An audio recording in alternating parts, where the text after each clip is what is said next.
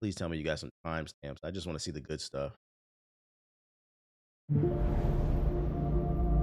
Okay, so that's the animated short. We don't care about that. You'll see this impact way. A story that evolves across. Shout out to Booty Gorilla with the. Shout out to Booty Gorilla with the super chat. That's a crazy. Seasons of the year before a new season 1 launches the next chapter in 2027. This is going to be epic. Overwatch's fight against Talon will unfold through in-game events, animated hero trailers, little updated UI. short Oh, hold on, stories. she kind of bad. Who that is? Is she a new character? I ain't played Overwatch in forever. She kind of. Short stories, and comics. All of these will be instantly updated in the narrative viewer right inside. She the is. game. I'm back, It's chat. I'm about to a play. whole new way. Hero breakdowns at 8:54. Overwatch universe. Bet. And since Oh, we're it's close. our We're close. 10-year We'll let it rock. anniversary, we're going big. Instead of just 3, we're releasing 10 new heroes over the course of the year. And I'll give him that. That's fire. I'll give him that. You know, as much as I rag on him, that's fire. That's content.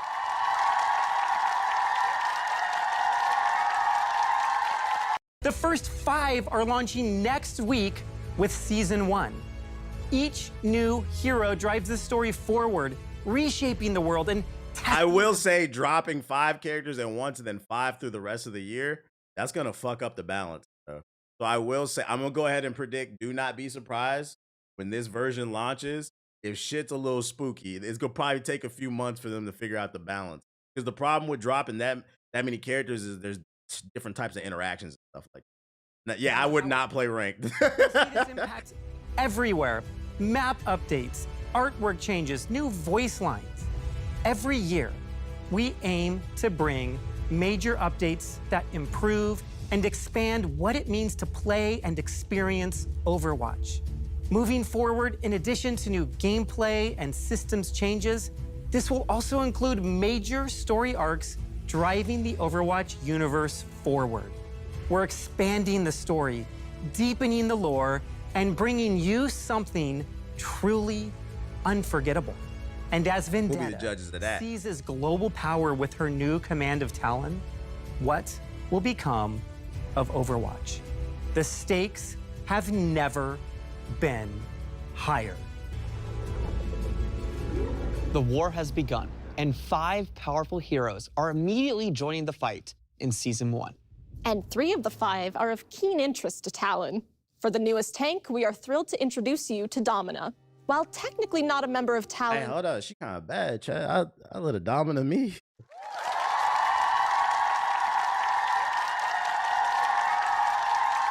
Suddenly, I feel the need to download the game again. What the fuck? Domina is the heiress and VP Shout out to the of character Vishkar design. Industries and has formed a fruitful partnership with Vendetta. This mutually beneficial alliance sees Vishkar securing redevelopment rights for all areas tragically No sex affected before by marriage. No Vendetta's sex new before war. marriage. Though she may lack the innate talent of some engineers, she won't let that stop her, as she harnesses some of the most advanced technology that Vishkar has at its disposal, augmenting her own abilities while still keeping her hands clean, so to speak. From a young age, Domina worked hard to fulfill her family's expectations, and it all paid off in the end. Pressure makes a diamond, after all, and Domina truly looks flawless, bringing style and grace to the battlefield. Is Marvel Rivals in trouble, chat? Overwatch's first true poke tank since Sigma, with tools to keep enemies at bay and control the battlefield from long range. She a poke tank. Primary fire, Photon Magnum, is a charge-up beam that ends All right, man.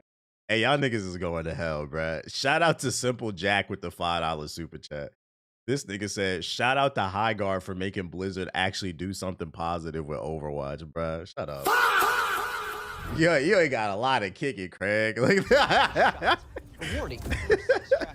As the longest range beam in the game, it defines her lethal zone, draining health from anyone daring to approach. Her barrier array sets her apart defensively. Its wrap shape not only mitigates damage, but also protects against flankers, giving Domina strong Very battlefield interesting. presence.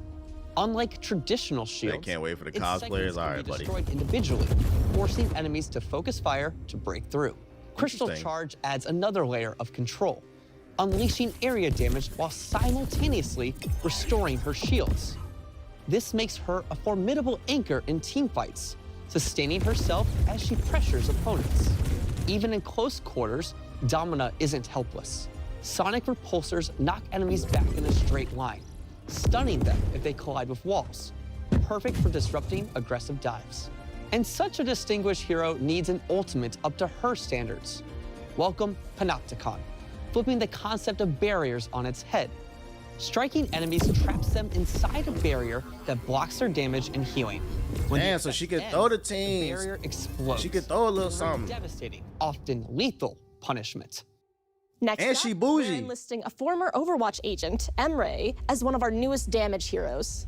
Once a member of the Overwatch strike team, Emre I ain't gonna hold you. Emre looked like he said the N-word. made a name for himself not only due to his skills on the battlefield, but for his commitment to his fellow agents. Principled and open, he stood as a shining example of the ideals Overwatch should There hold not itself be any to. blacks back there. But as the years went by, and as Overwatch began to grow looser with protocols and lose sight of its So yeah, he do look like the MAGA Winter Soldier. He do. That's fucking funny, man. Emre left the organization behind. Only Instead of the Russian thing on his arm, he just got a big ass bald eagle or some shit on his arm. That should be funny. recently was bounty hunter and ex-agent MAGA Freya Winter put on his Soldier. trail. And what she found at the end was beyond what she ever could have expected. This is not the friend she remembers.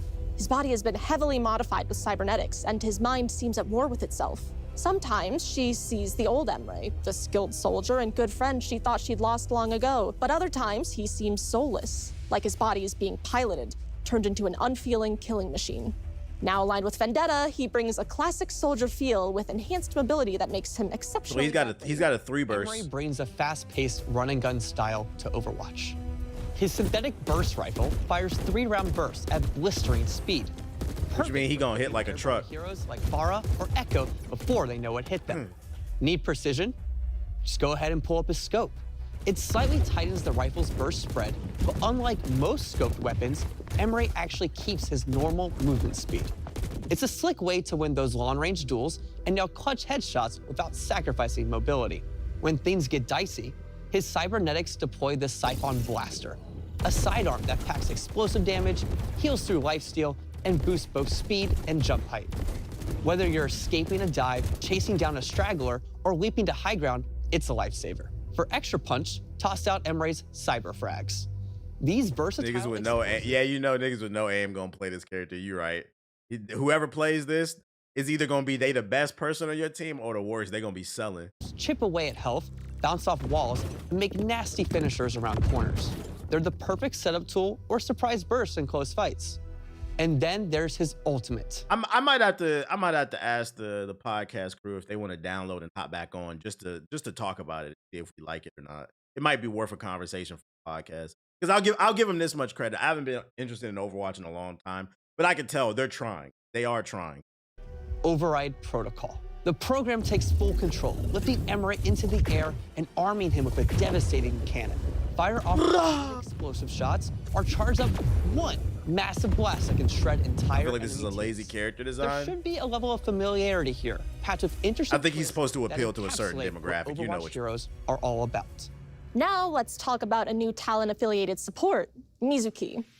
Mizuki is a member of the Hashimoto, Talon's So loyal ninja? allies in Japan. I want Still to be quite young, ninja. Mizuki has grown detached and hardened after years of misfortune and fighting under the severe expectations of his clan. However, some in the clan still believe he isn't cut out for this life. But clan? through his own dedication and the influence of clan elders, he has cemented himself as a vital player in the Hashimoto's ranks. While a formidable asset for Talon's goals, keep a close eye on Mizuki. His latest assignment has him infiltrating a group of troublemakers down near Kanezaka, the yokai. We'd hoped he would deal with them swiftly, but we fear he What may game be is caught this? between loyalties. Overwatch. They Losing killed to the Overwatch yokai, too. It's or just worse Overwatch. yet, now. Overwatch would be a blow to Vendetta's plans in the region. Mizuki is an aggressive support who plays closer to the action than some of the other heroes in the role. His core healing tool is Remedy Aura, a field that surrounds him. So he's a Or fighting it's support, Lucius. kind of like Gambit type shit. Mizuki can charge this aura by healing allies with other abilities or even by dealing damage. To keep pressure on enemies, Mizuki wields Spirit Glaive, a bouncing projectile that dishes out steady damage while fueling his aura. Healing Kasa is a chain heal that bounces up to 3 allies. You choose the first target, and the Enchanted Hat does the rest.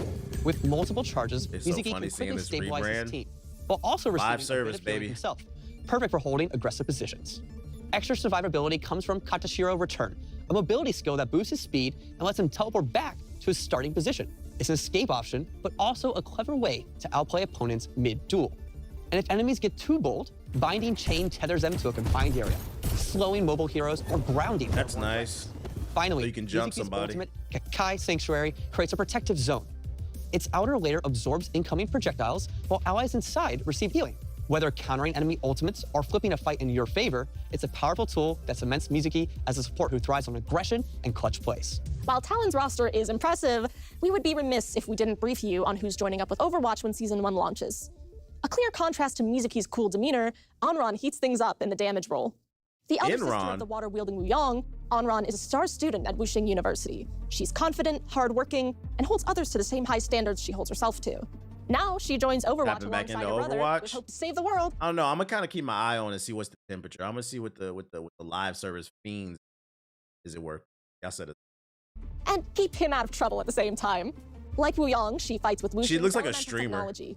Wielding twin fans that allow her to control fire, she reminds her foes to steer clear or get burned. Anran is an assassin-style DPS who thrives on mobility and flanking.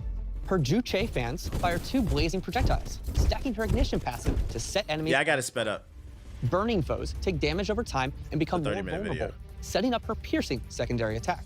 When she uses Fan the Flames against ignited targets, the damage doubles, making eliminations swift and deadly. To get in so close, she commands the elements to move around the battlefield. With Inferno Rush, Anran dashes forward, damaging and knocking back enemies while gaining vertical mobility to reach high ground or cross gaps. 2 charges let her reposition quickly or dive straight into the back. Why don't I hop back on Rainbow Six Siege? Because fuck that game, bro. I'm not giving Ubisoft none of my money or time. Her training really pays off with Dancing Blaze, phasing her to nearby enemies for damage or as a timed dodge against big abilities, even ultimates. The invulnerability window really extends speed, with each enemy hit. Cool character encouraging design, though. dives right into the fray.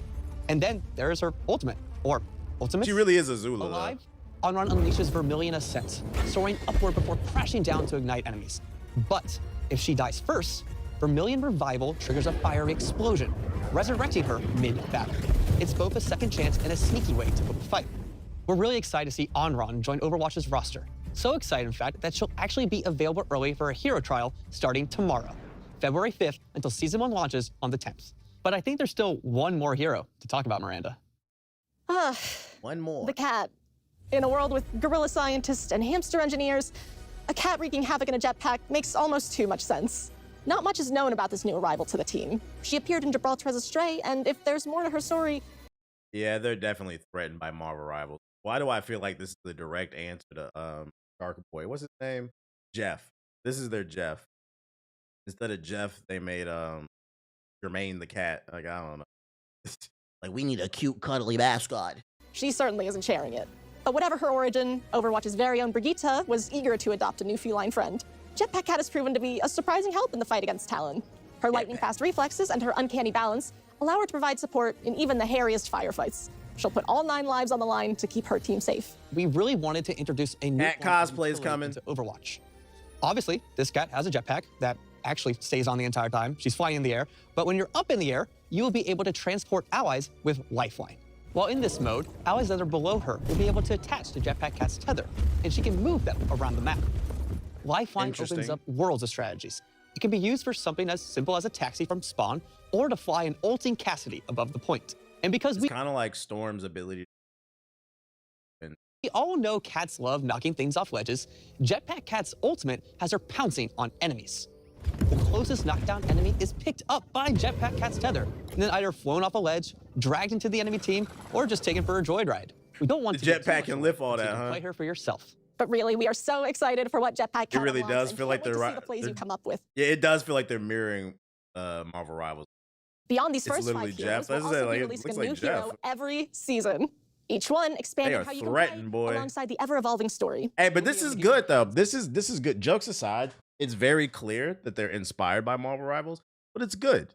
It shows that Marvel rivals is eating into their profits, which means people who are still fans of Overwatch, you are going to get a better product, and I guarantee you they are going to be more receptive. This is the best time to be vocal if you want to be like an Overwatch fan. I still hate live service games, but this is good. It's on Domina. Yeah, rising tides raise all ships. Now they got to try. Jetpack Cat when Season 1 launches on February 10th. Hey everyone, Kenny here back at Watchpoint Gibraltar where the rest of the team is supposed to be. It just feels really bland. Dope. Yeah, well, the beauty is you don't got to play it. And ain't it free to play? So they're not charging for it anymore. So I was like, download it, try it for yourself. If you don't like it, cool. Same thing I basically said about High Guard. Like, where did all this vitriol come for like free to play games? Niggas complain when games is $70. You complain when they're free. Play this shit for an hour or two. If you don't like it, keep it moving. Anyway, it's not just about who's Shout out to the blacks at Overwatch. How they fight. When Season 1 launches, there will no longer just be tanks, damage, and supports. Each role will have new sub-roles, all of which will have unique new passives tailored directly to the skill set and combat style they bring to Overwatch. Damage heroes will now be spread amongst Recon, Flanker, Specialist, and Sharpshooter sub-roles. Next there will be Survivor. Said, nah, that makes too much sense. And Tactician supports. Lastly, do you prefer to be a stalwart tank? Maybe a bruiser instead that charges into battle. Or are you more of an initiator, attacking the backline? New passives. Because sub-roles may change how you approach some of your favorite heroes, we're adjusting some perks as well. Over the last year, perks have had a huge impact on how you approach matchups. And we're continuing to explore not only how to tweak them for better balance, but also for the most fun way to play Overwatch. Beyond perks, later this year, we're looking at reworking some of the classic heroes. We'll have more details on the heroes and new abilities ahead of Season 3. Yeah, I wouldn't play ranked. So not only are they dropping 10 characters in the same year, they're reworking the old characters as well. Like, it's going to be a completely different game. Everybody's going to be trying to figure it out. Rank would be a headache, I feel like. I get the gist of it. I don't really care about the rest of it. I just want to character. I'm gonna give him a little bit of clout.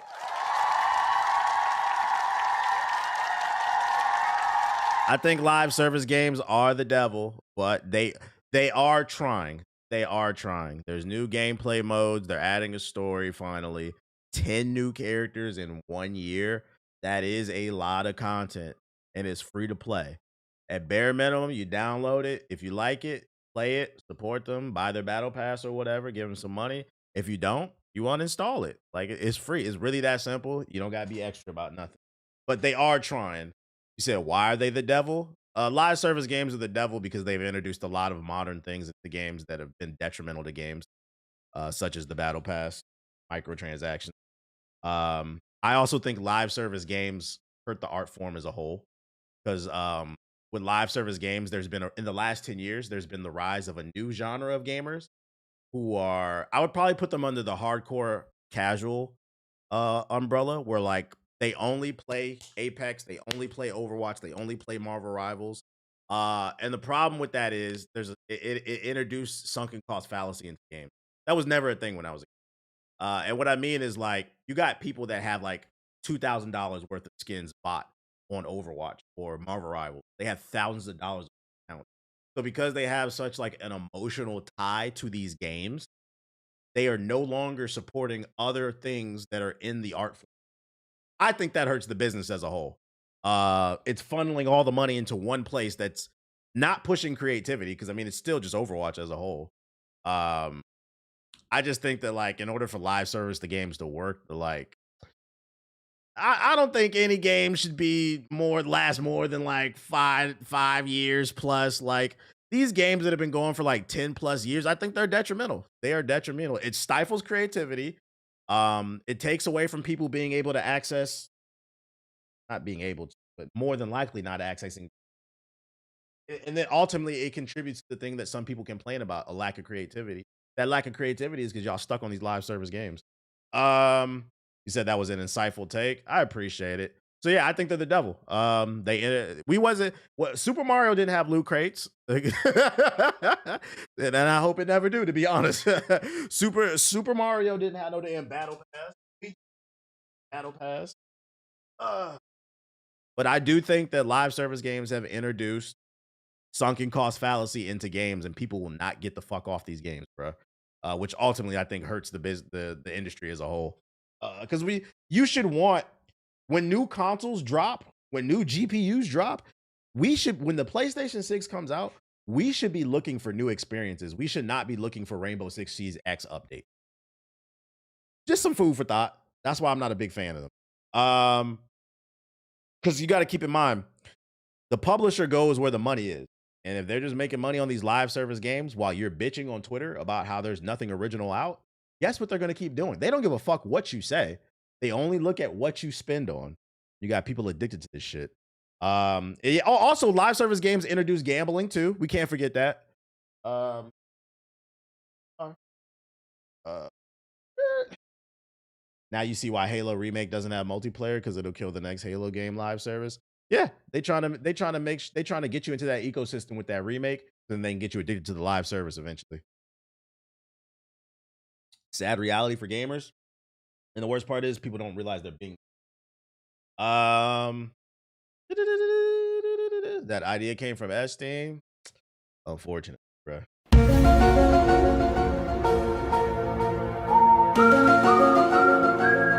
GTA 5 and Fortnite is the release for live service games. I disagree. Maybe for modern. In my brain, the first mainstream live service game was World of Warcraft. It wasn't GTA 5. And I will say Fortnite introduced the battle pass. It innovated in that way to milk your money out of you. But no, the first live service game was EverQuest and World of Warcraft MMOs. At least with those games, you got new content like expansions every year. With these, you barely get any content. Wizards 101.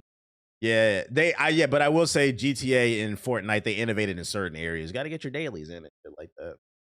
Said, nah, RuneScape. Pretty sure World of Warcraft came before RuneScape at the same time. In fact, you had to pay that subscription. Yeah, you had to pay that subscription. I think you still have to pay that subscription. That is the number one reason I never played. When I was younger, I was super interested in World of Warcraft.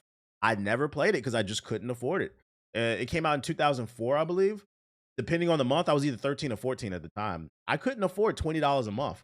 You want me to pay for the game? You want me to pay $50 for the game and then $20 a month on top of that? Too rich. In my opinion, when I was a kid, if you played World of Warcraft, you were rich. I could not afford that shit. One of my favorites, Elder Scrolls Online. Honestly, it's not all that. This day and age, probably not. But back then, World of Warcraft was pretty innovative. It was pushing boundaries. You got to look at it from the standpoint of when it came out. Same reason that's the reason I never touched Final Fantasy 14. I'm not, even this day and age where I can afford it, I don't want to afford it. Because here's also and this is why I said live service games are the devil. This is what live service games have also done that I forgot to mention earlier. They've turned gaming into a job. Friendly reminder, guys, and I talked about this in my video about the psychology of microtransactions. Video games are supposed to be an escape where you're supposed to have fun.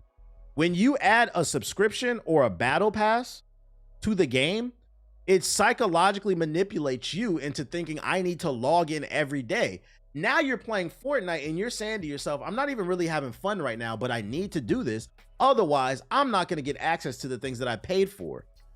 Back in the day, you just bought the game. And then at some point, it appeared on the screen, a new challenger has arrived. Let me beat this nigga's Luigi's ass. And then I unlocked him. And if I didn't, I could do it again until I beat him. But you lose access to that stuff. So it's turned gaming into a chore. So I will always live service games are good in moderation, but if you addicted to them, you need to look at yourself, man. I'm slandering that shit. Absolutely. Steam's getting sued. What they getting sued for? I prefer subscription-based MMOs because free-to-play has too much pay to win. I say fuck them all. Steam is getting sued. Never heard that one. Oh, it is. Let's see. Valve's Steam's game platform is getting sued for $900 million. People are still playing DC Universe Online for the PS4. I appreciate the super chat. Also. But he's not wrong, man. I played DC Universe Online when I was in college back in 2009. There are still people playing that shit on the PS4. Let it fucking go, man. What happens when the biggest name in PC faces a $900 million lawsuit? The question at heart of a heated legal battle that could reshape the gaming industry as we know it. Jacob Weeb outlines how Valve, the company behind the massively popular Steam platform, is being accused of anti-competitive practices that allegedly harm both developers and players. Representing 14 million UK-based users, this lawsuit doesn't just challenge Valve's business model, it questions whether the one's platform's dominance is stifling innovation and driving up costs for everyone. With allegations ranging from restrictive pricing policies to steep commission rates, the stakes are enormous for an industry that thrives on creativity and competition. I want to hear this out. What are they trying to argue? I didn't know this one. I'm saving that article. That's what I was doing. Gotta say that for the podcast. In this overview of the lawsuit, we'll explore the key claims against Valve and what they could mean for gamers, developers, and the future of digital distribution. Could this case lead to more competitive pricing in a fair marketplace, or it simply reinforce the status quo? This is very interesting because I feel like Steam already has the cheapest games on any platform: PC, Xbox, PlayStation. What are they arguing? Along the way, why did you link that GameStop shit? Hey, by the way, I covered it yesterday, that joke GameStop made. I saw they took down the tweet. Is this what is, or did they follow it up? Ditch the rubbers, trade your stick drift controller in for the same. What the fuck is this goofy shit? This look like a bondage ad. If you don't get this, what's that shit called? What was the sex movie? The Great, whatever. This is like some bondage shit, man. What the fuck? Hold on, before we go back to that shit, I'm gonna show you what I'm talking about. I know I responded right here. They deleted the tweet. I covered it yesterday, so they made it like a human trafficking. They made a human trafficking joke yesterday about selling your friend to GameStop, and I responded to it. It got 10,000 likes. Yeah, 50 Shades of Grey. They deleted the tweet. I guess they heard the feedback. Like, the shit wasn't funny. Shut the fuck